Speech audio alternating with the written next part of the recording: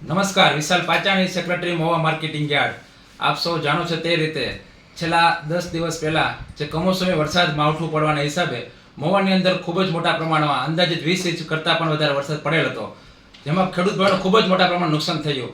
જેના અનુસંધાને ધારાસભ્ય શ્રી શિવભાઈ ગોહિલ તથા માર્કેટિંગ યાર્ડના ચેરમેન શ્રી ગબડુભાઈ કામાડિયા દ્વારા ખેડૂત ભાઈઓને નુકસાન જે થયું છે તેમનું વળતર આપવાની માંગ કરેલ હતી.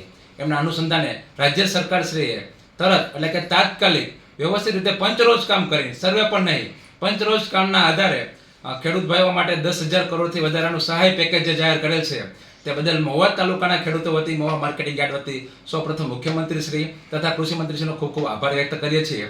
આ ઉપરાંત આજ એટલે કે 9 તારીખથી ટેકાના ભાવે જે મગફળીની ખરીદી ચાલુ થઈ છે.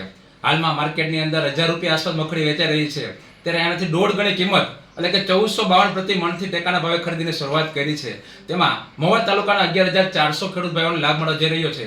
તેમાં જે 400 થી 500 રૂપિયાનો ડિફરન્સ છે માર્કેટમાં, તેનાથી 100 કરોડથી વધારે ખેડૂત ભાઈઓને મહુવા તાલુકામાં લાભ મળવાનો છે. તો આ બદલ પણ રાજ્ય સરકારના મુખ્યમંત્રી શ્રી ભૂપેન્દ્ર પટેલ, કૃષિ મંત્રી શ્રી જીતુભાઈ વાઘાણીનો ખૂબ ખૂબ આભાર માનીએ છીએ. ને આવનારા દિવસોમાં મગ, સોયાબીન અને અડદની પણ ટેકાના ભાવે ખરીદી કરવાની છે. તે બદલ પણ મહુવા યાર્ડ વતી આપ સૌનો આભાર, રાજ્ય સરકારનો ખૂબ ખૂબ આભાર.